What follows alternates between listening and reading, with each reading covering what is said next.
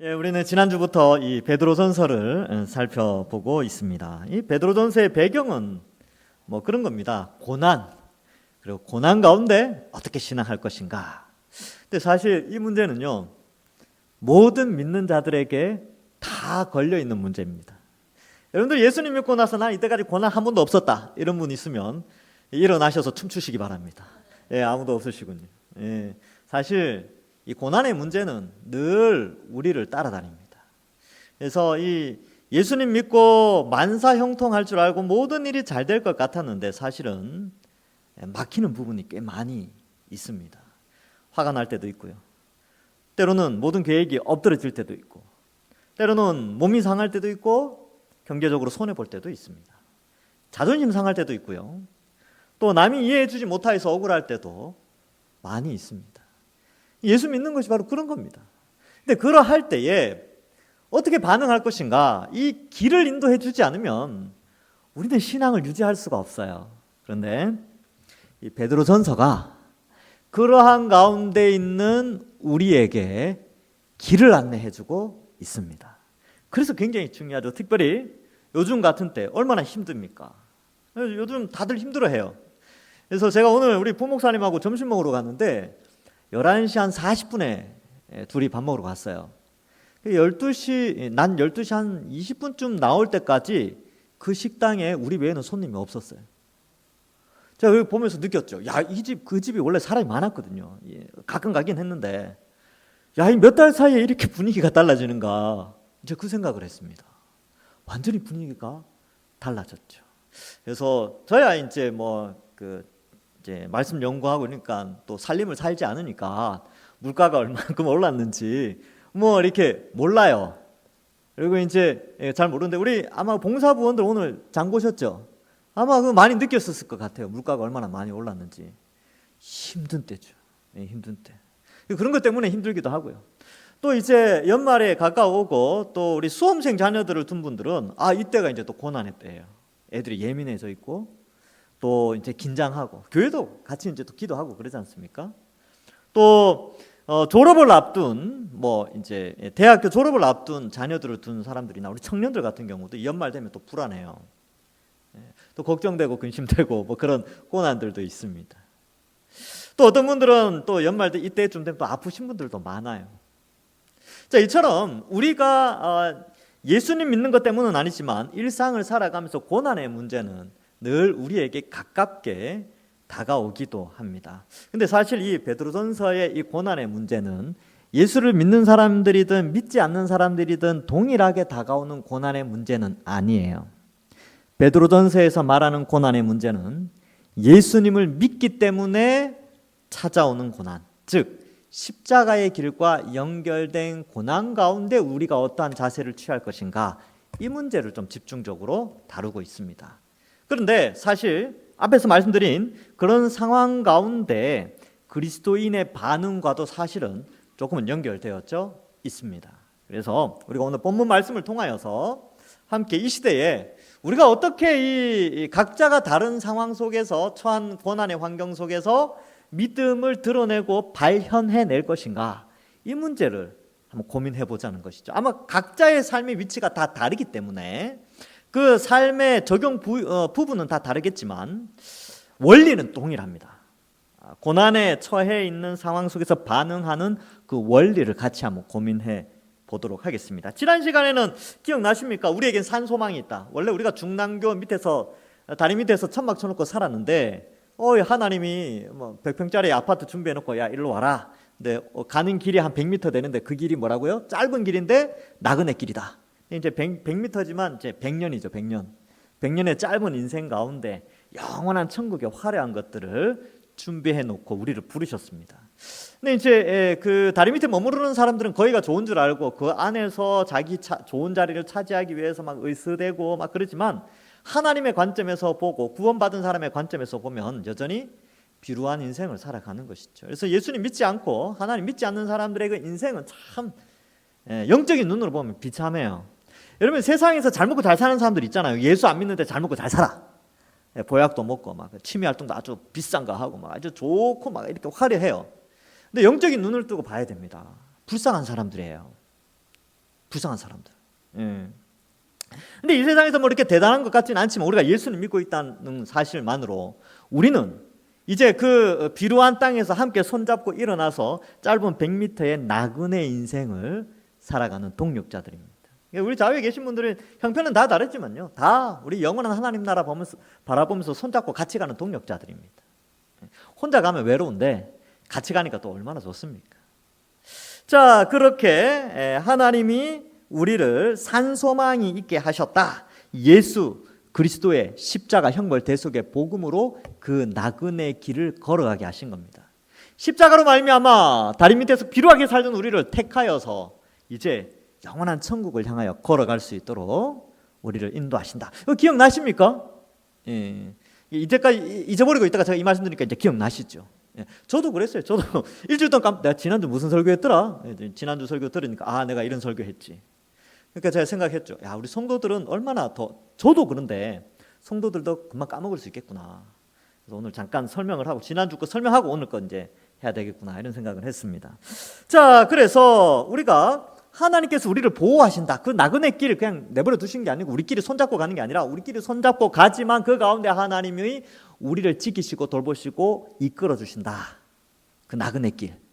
그것이 5절의 말씀에 나왔고요. 이제 6절에 그러므로 너희가 이제 여러 가지 시험으로 말미암아 잠깐 근심하게 되지 않을 수 없으나 오히려 크게 기뻐하는도다. 이렇게 말씀하고 있습니다.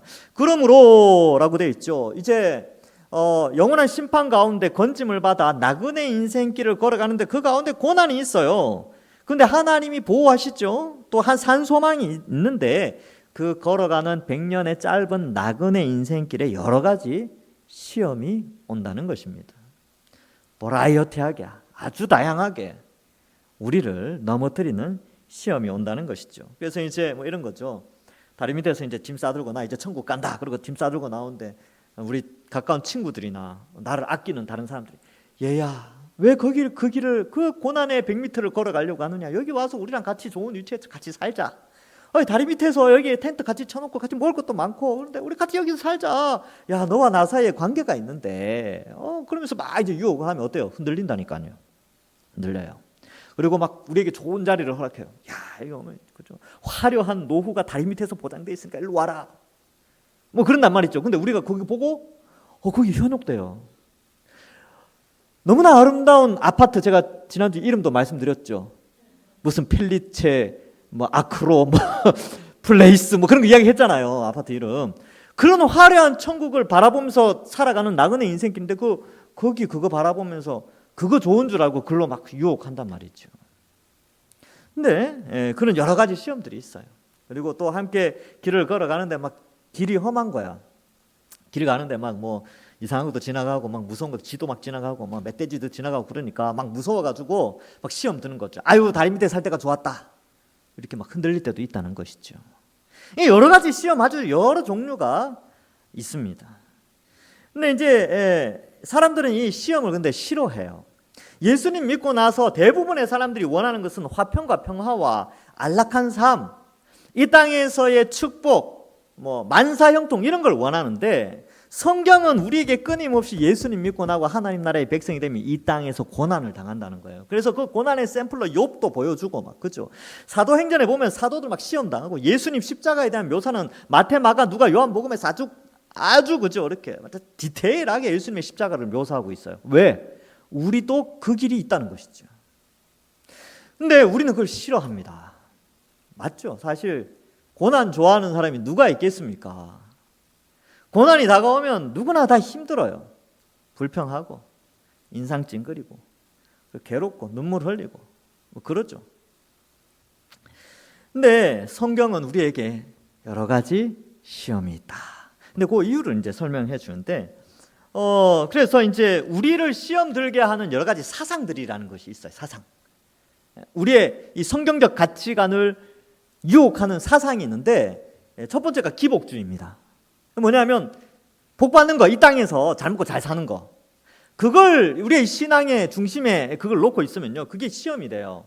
왜냐하면 예수님 믿으면 복 받고 그럴 줄 알았는데 안 되거든요. 그게 이제 보면 여러분 아시겠지만 교회 안에는요 잘 사는 사람도 있고 적절히 사는 사람도 있고 못 사는 사람도 있어요. 기독교 2000년 역사 속에 항상 그래왔습니다. 교회 안에는. 근데 자기는 못 사는 축에 안 들어갈 거라고 자기를 생각하는 거예요. 근데 이제 힘들고 어렵고 이러니까 시험에 드는 거죠. 왜 다른 사람 잘 사는데 왜 나는 이러냐? 다른 사람 건강한데 왜 나는 이렇게 아프냐? 다른 집 자식들은 다 잘 되는데 왜 우리 집 자식은 이러냐? 하면서 늘 이런 기복 사상에 물들어 있으면 시험에 들기 쉽습니다. 그래서 이러한 것들을 좀 우리가 극복을 해내야 됩니다. 여러분, 예수님 믿는다고 이 땅에서 복 받는 것이 우리의 목적이 될 수 없어요.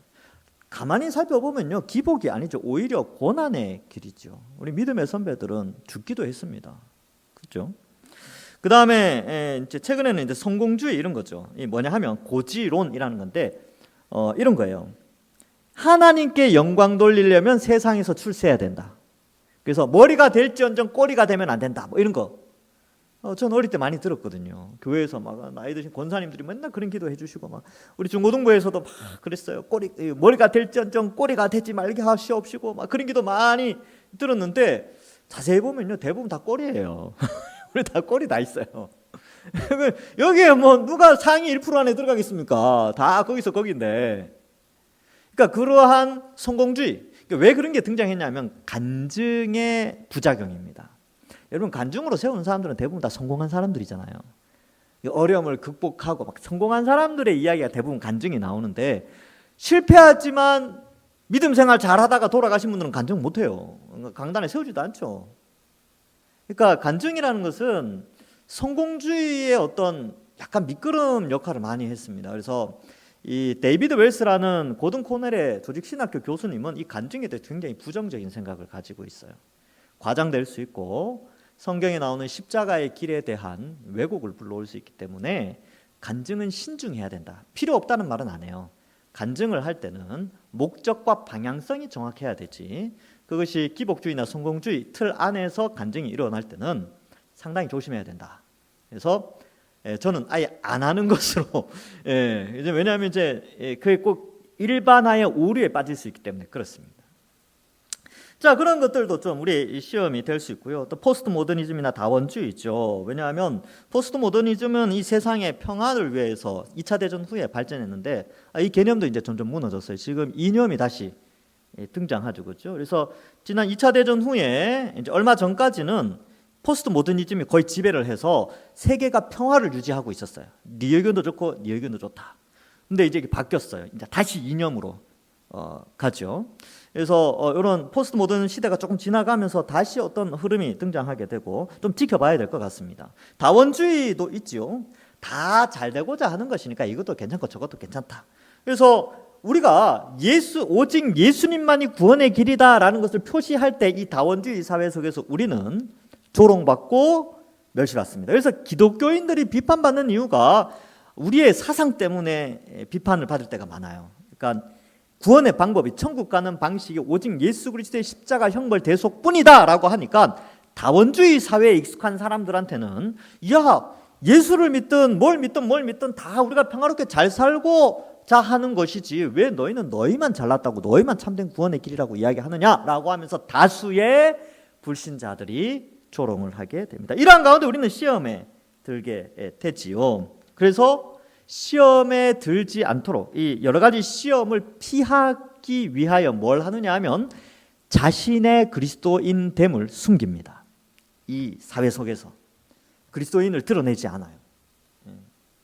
뭐 샤이 그리스도인, 뭐 썬데이 크리스찬 이런 표현들을 쓰는데 그것은 바로 이 여러 가지 시험을 당할 것을 피하고자 하는, 회피하는 자들의 전형적인 모습이죠. 그래서 이들의 특징은 전도를 못해요. 전도를 안 합니다. 전도하면 이제 자신이 그리스도인임이 드러나니까 절대 전도하지 않아요. 그리고 월요일부터 토요일까지는 철저하게 자신이 그리스도인임을 숨깁니다. 그래야 여러 가지 시험이 안 오는 거예요. 근데 자신이 그리스도인임을 드러내는 순간, 그리스도인답게 살아내고 여러 사람들에게 복음을 전하고 하는 순간, 그때부터 여러 가지 시험이 오게 되는데 그것이 바로 예수 믿는 사람의 특징입니다.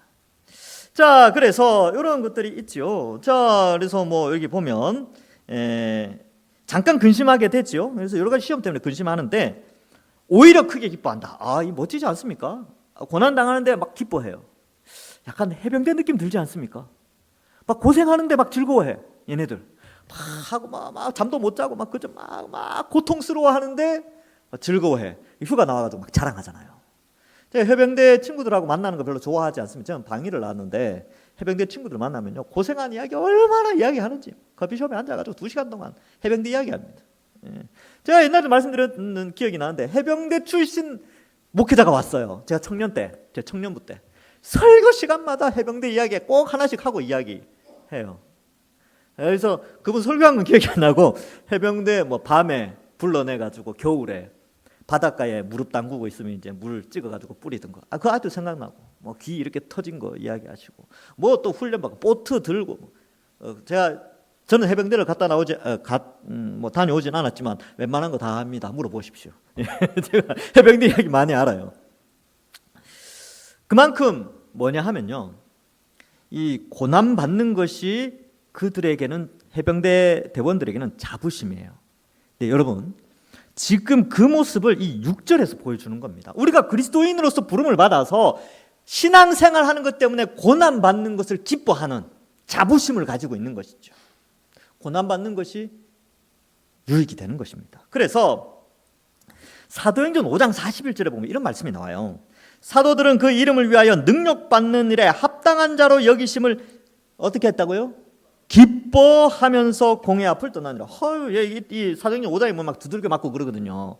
뭐 지금처럼 그냥 이렇게 때린 게 아니에요. 완전 엄청난 폭행을 해야 하는 겁니다. 근데 두들겨 맞고 공회 앞에서 나오면서요, 예, 기뻐하면서 능력받는 일에 합당한 자로 여기면서 기뻐하면서 공회를 나오게 됩니다. 그래서 이게 이 제자의 모습이요, 그리스도인의 모습이지요. 그리고 오히려 여기 보면 오히려 크게 기뻐한다라고 되어 있는데, 여러분 시편 42편 5절에 내 영혼아 내가 어찌하여 낙심하며 어찌하여 내 속에서 불안해하는가, 너는 하나님께 소망을 두라. 그가 나타나 도우심으로 말미암아 내가 어떻게 찬송한다고요? 여전히 찬송한다. 옛날 한글 개역 한글판에는 오히려 찬송하리로다 이렇게 돼 있어요. 이 단어가 히브리어로 오드라고 되어 있는데, 이게 계속해서 환란이 있어도 계속 찬송한다, 뭐 이런 뜻이 있습니다. 그래서 여러분이 그런 분들이 있어요. 막 두들겨 맞는데 웃는 사람, 그런 본 적 있습니까? 무서워요. 예, 여러분들 이제 안 싸우니까 잘 모르시는데, 제 기억에도 그랬어요. 제가 아주 옛날 중학교 때 기억을 떠올려 보면, 제가 중학교 다닐 때 교실에서 많이 싸웠어요. 왜냐하면 이제 서열을 나눠야 되니까. 남학생들은 그런 게 있습니다. 중학교 안에서 이게 서열을 나눠요. 그래서 싸움을 통해서 내가 이 정도 위치를 차지한다는 걸 서열을 보는데, 하루는 이렇게 보는데 이렇게 이제 늘 이렇게 힘 있는 척하고 막 하는데, 늘 조용히 있던 친구인데 이게 싸움이 붙은 거예요.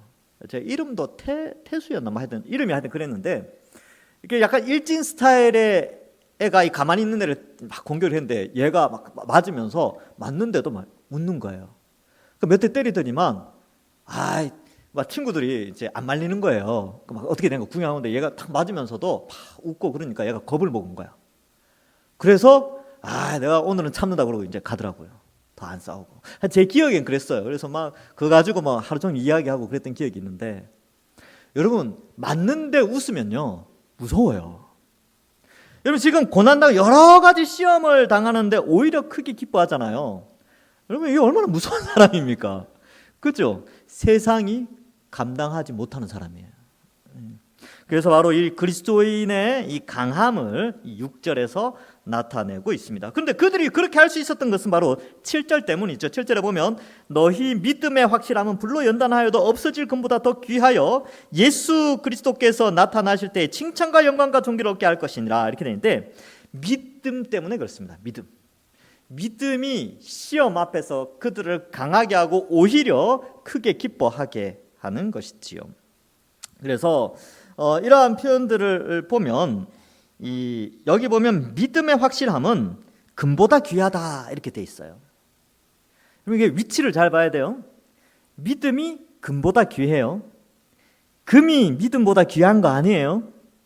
그래서 이 원리를 잘 기억하셔야 됩니다. 여러분 돈 때문에 믿음을 버리면 안 됩니다. 돈 때문에 신앙 팔아먹으면 안 돼요. 양심 팔면 안 됩니다. 성경에서 돈에 대한 이야기를 굉장히 많이 합니다.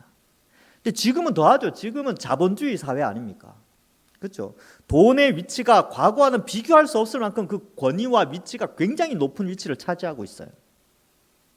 이 돈의 권력이라는 게 그렇습니다. 근데 그 돈보다 믿음이 훨씬 귀하다는 겁니다.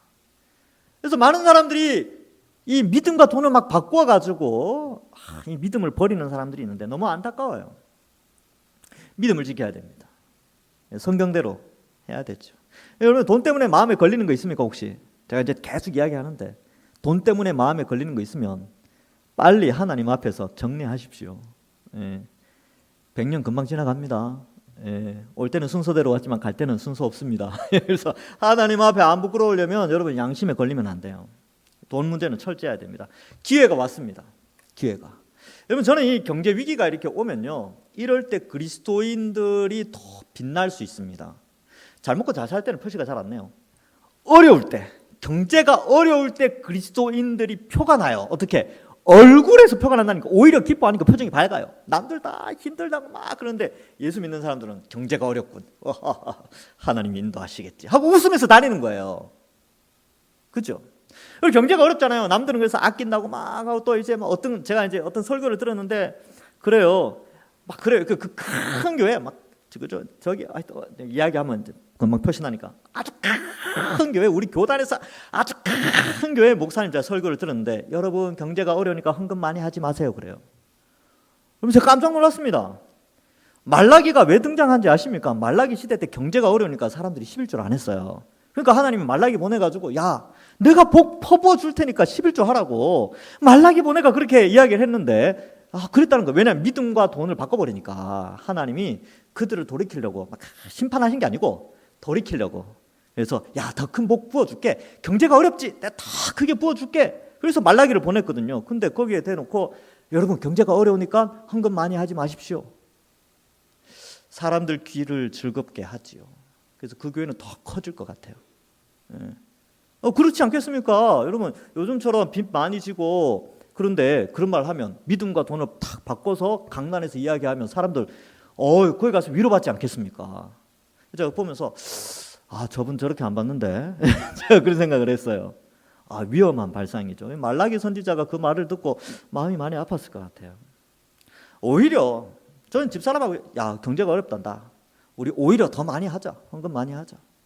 그래서 이것도 하고 저것도 하자. 오히려 더 우리 수입 이 정도는 이거보다 더 하자. 어려울 때 우리 믿음을 더 빛나게 하자. 거기에 대한 보상은 우리 자식이 받았으면 좋겠다. 뭐 이런 기도도 하기도 합니다. 그래요. 여러분 이럴 때가 기회라니까요. 기회.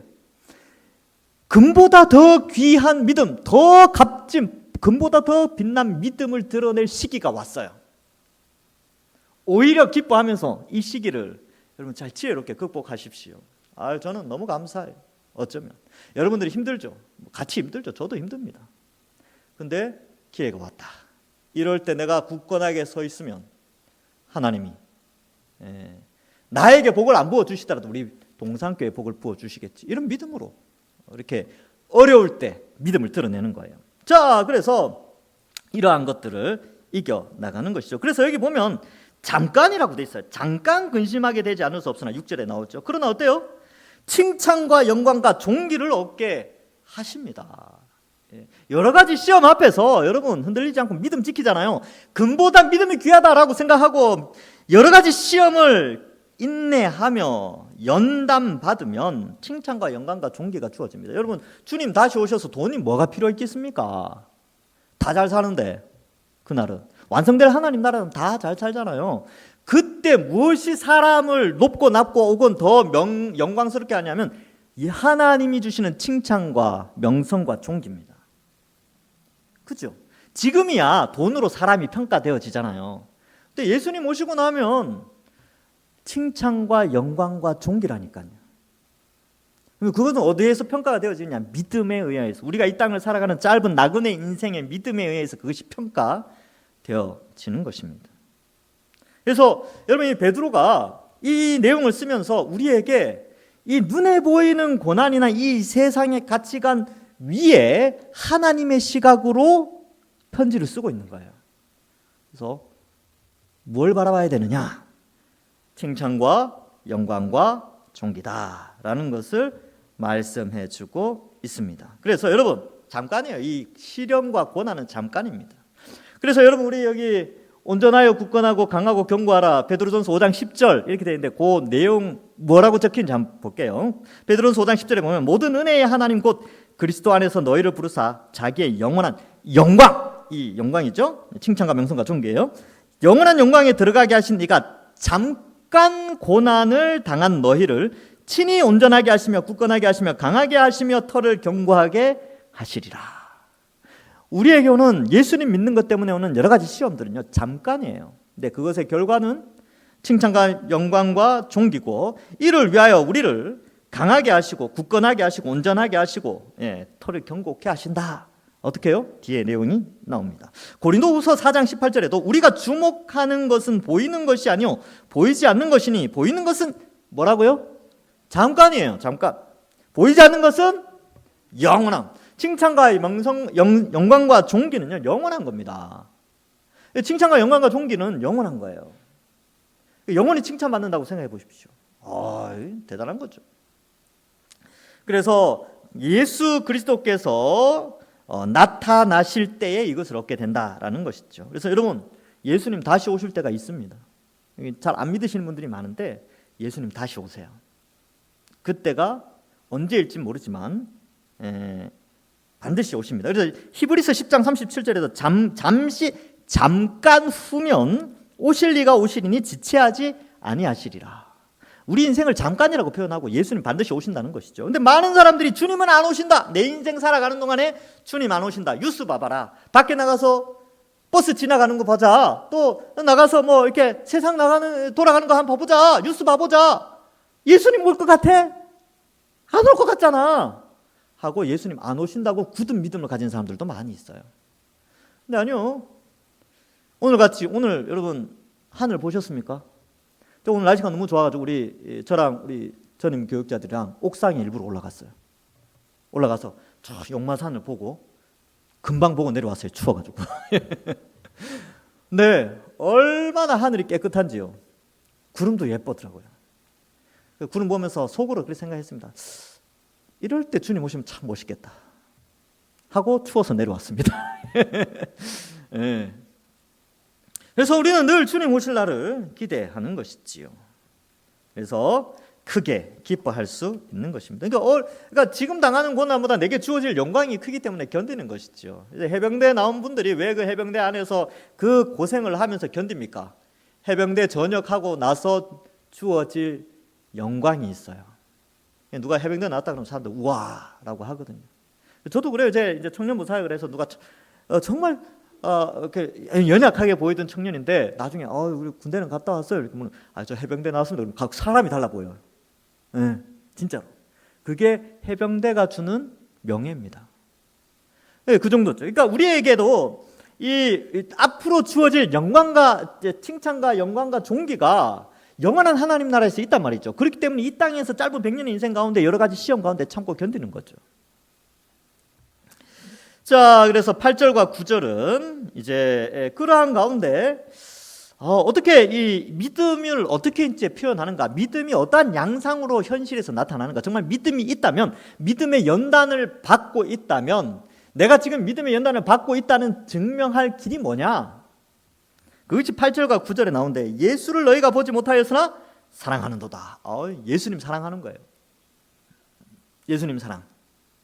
여러분 사랑하는 사람 일주일에 한 번만 보면 됩니까? 안 됩니까? 그건 사랑하는 게 아니죠. 그러니까 우리 남녀 관계 생각 아주 옛날 이야기해서 죄송합니다. 여러분들 아주 옛날에 남편과 아내 여자친구일 때 남자친구일 때 한번 생각해 보십시오. 너무 오래됐습니까? 예. 자, 우리 오늘부터 1일이야 해놓고 일주일 동안 안 봐.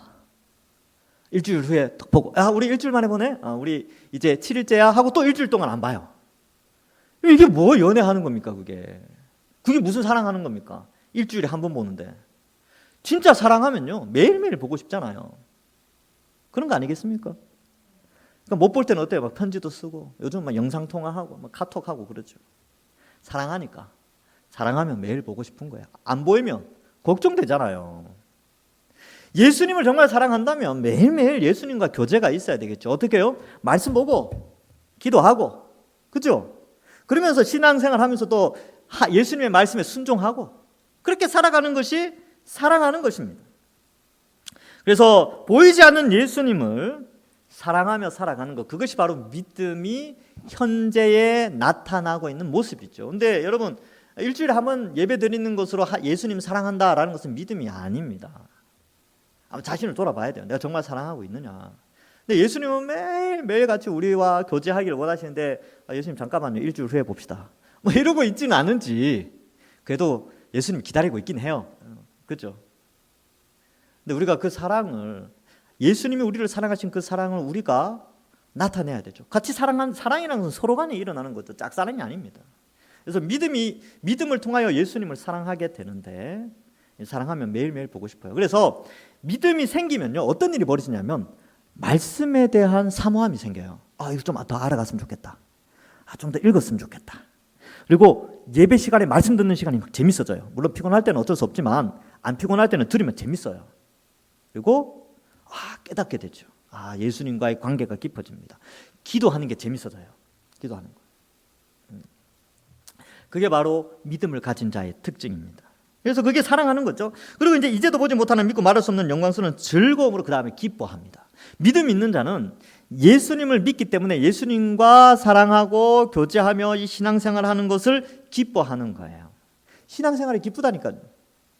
그러니까 눈에 보이는 환경은 안 기뻐요. 눈에 보이는 환경은 경제가 어렵고 막 세상 사람들이 나 싫어하고 막 예수 믿는다고 조롱하고, 또 교회에서 하면 또 이제 전도 집회, 이제 우리 지금 공사하는 거 못 하고 있는데, 그래서 전도 집회 하면서 전도하라 그러면 이름 적어내라 그러면 아이고 스트레스 받고 막 그럴 거예요 나중에. 전도 집회 하고 그러면 근데 그게 바로 뭐냐 하면 그러한 가운데 기뻐하는 거죠. 나도 이제 전도해야지. 우리 이제 목요일마다 전도하거든요. 저도 매주 나가요. 근데 나가기 전에는 항상 또 나가야 되는구나, 힘들다. 근데 이제 들고 딱 나가는 순간 기뻐요. 그래도 내가 달림 목사인데 내가 먼저 전도해야지. 그래야 성도들이 전도할 거 아닌가, 이런 생각하고, 작년에 비해서 원래 지금 굉장히 많은 숫자의 성도들이요, 여러분 모르시지만, 하시는 분은 아시겠지만 굉장히 많은 숫자가 작년에 비해서 엄청난 숫자가 지금 한 3배 정도 가까이, 2배에서 3배 정도 숫자가 늘었어요. 노방전도 하는데. 그래서 제가 기뻐요. 나가서 막 하면 이제 막 그래요. 어제도 막 이렇게 하는데 받고, 이렇게 해서 안에 전도지는 버리고 휴지만 딱 들고 가더라고요. 그래서 전도지 주워가지고 가고 속이 막 상해요 또 어떨 때는.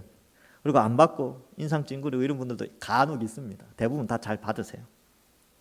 그리고 예수님 믿으십시오 하면서 기쁘더라고요.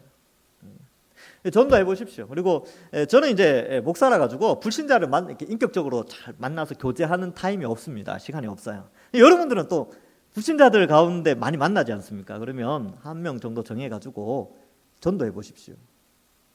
그때부터 여러 가지 시험이 옵니다. 그때부터 시험이 와요. 왜냐하면 이제 말도 조심해야 되고, 또 이렇게 그죠? 아이스크림이라도 하나 사줘야 되고 그러니까. 그런데 9절에 보니까 믿음의 결국에 대해서 설명해요. 뭐냐면 영혼의 구원받음. 원래 믿음의 결국은 구원인데, 여기 특별히 영혼의 구원이라는 표현을 쓴 것은 그리스도의 초림과 재림 사이에 복음 전하면서 시련을 겪는 자들의 특징에 대한 설명입니다. 원래는 구원이라는 것은 육체가 부활하여 영원히 하나님 나라에서 완성된 하나님 나라에서 영생 복락을 누리는 것이 구원의 완성인데, 특별히 여기서 영혼의 구원이라는 표현을 쓴 것은 그리스도의 초림과 재림 사이에 처해진 교회의 구원의 상황을 설명하는 거예요. 그래서 우리가 지금 예수님 오시기 전에 구원받았다라고 하는 것은 영혼이 구원받아서 그 영혼이 하나님과 함께 있는 거예요. 그러나 예수님 재림과 동시에 그 영혼이 육체를 가지고 새하늘과 새 땅에서 영원히 살게 되는 것이 구원의 완성입니다. 그런 개념에서 여기 영혼의 구원을 이해하시면 되고요.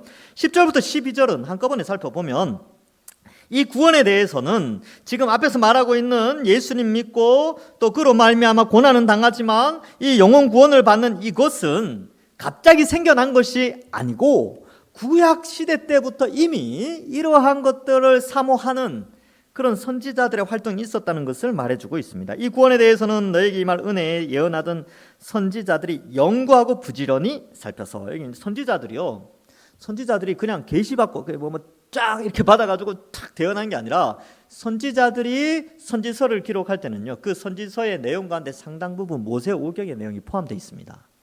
그러니까 선지자들도 성경을 연구했어요. 우리 주간 말씀 성경 연구하듯이요, 개인 성경 연구, 영어로는 퍼스널 바이블 스터디, 선지자들도 그거 옛날에 다 했어요. 갑자기 생겨난 게 아닙니다. 이런 것이 연구하면서 그리스도에 대한, 성령이 오셔서 그들을 막 깨우치니까 그리스도에 대한 소망들, 고난과 영광에 대한 것들을 연구하면서 막 그렇게 부지런히 선지서를 쓰고 구약의 내용들을 남겨놨는데, 그것이 자신들을 위한 것이 아니라 뒤에 오는 신약의 세대들을 위하여서 예수님을 믿고 구원받는 것이 구약에 이미 예언된 것이라는 것을 나타낸 것이었다. 그래서 12절에 보면 이 섬긴 바, 이 선지자들이 이렇게 섬긴 것, 성경 연구하고 기록을 남긴 것은 자기를 위한 것이 아니요 선지자 자신들을 위한 것이 아니라 후대에 너희를 위한 것임이 계시로 알게 되었으니, 이것은 하늘로부터 보내신 성령을 힘입어 복음을 전하는 자들로 이제 너희에게 알린 것이요 천사들도 살펴보기를 원하는 것이요. 여기 보면 성령,